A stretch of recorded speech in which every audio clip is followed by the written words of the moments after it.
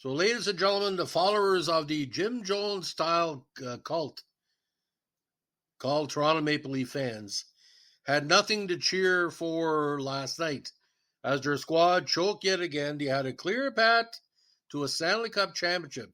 They said after they bet Tampa Bay they wanted to play Florida. Boys, did they get what they deserved. Cousins scored in overtime, had a 3-on-2 to knock the Maple Leafs out in 5 games where a lot of people felt Florida was beatable. Now they go on to play Carolina, and there's no way that any team is going to lose to Florida from now on. So Toronto could have easily won the Cup this year. Now let's talk about why they lost. Well, their top 4 players getting millions and millions and millions and millions of dollars choked in the second round. Their goaltending choked by injury and other factors. They had to rely on a 4th-string goalie to be their number one backstop, which makes absolutely no sense.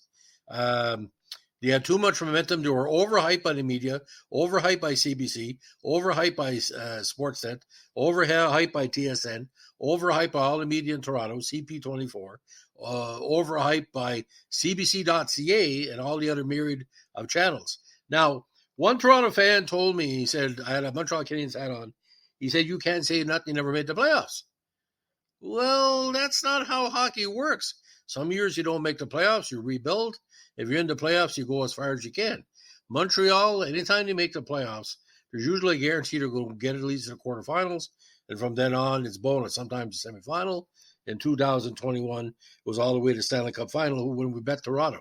But Lord, when is the people going to be stopped taken up for these people? I saw a bunch of Facebook reel posts about people, what they would do to make Toronto get the second round. What do you give up? One say I'm going to give up my wife. Now another guy said I would give up my left testicle. Another guy said I'd give up my family. Another person said I would give up my job. Ladies and gentlemen, those people jumping up and down when Toronto scores that pit in Toronto, I call it the crackpot pit there, eh? This ain't the Toronto Maple Leaf fans in the 1970s, 80s, or 90s. They're ludicrous. Like I said, you only won 2 playoff series in 20 years. And you're on national TV and you're continuously getting humiliated once after another.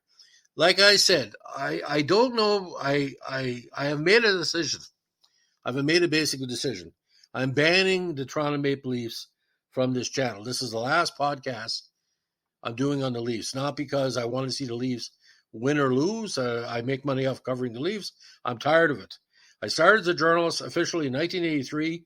It's 2023 and 40 years in, and every fucking year, Toronto Maple Leafs find a way to lose. They're a waste of my time. There's a waste of your time.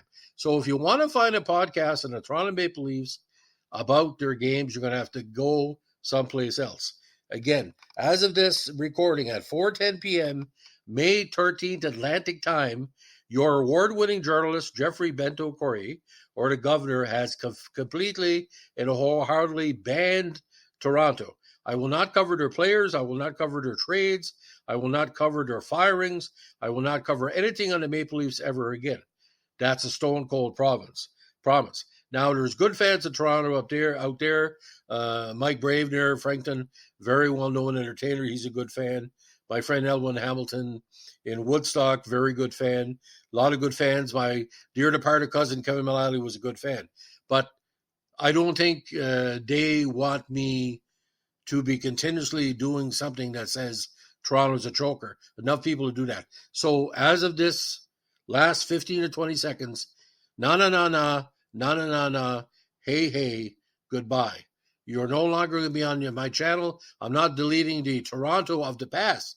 I might do articles on the previous Toronto, the vintage Maple Leafs, which are more than respectful in my mind and need and deserve coverage, especially ones not in the Hall of Fame.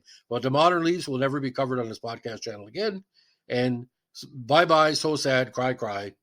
We'll see you later. The other podcast, of course, will continue. Basically, as well, a shout out to my American listeners. I really appreciate you because you're not obsessing about hockey in the States as much as we are in Canada right now. Thanks for listening. Bye.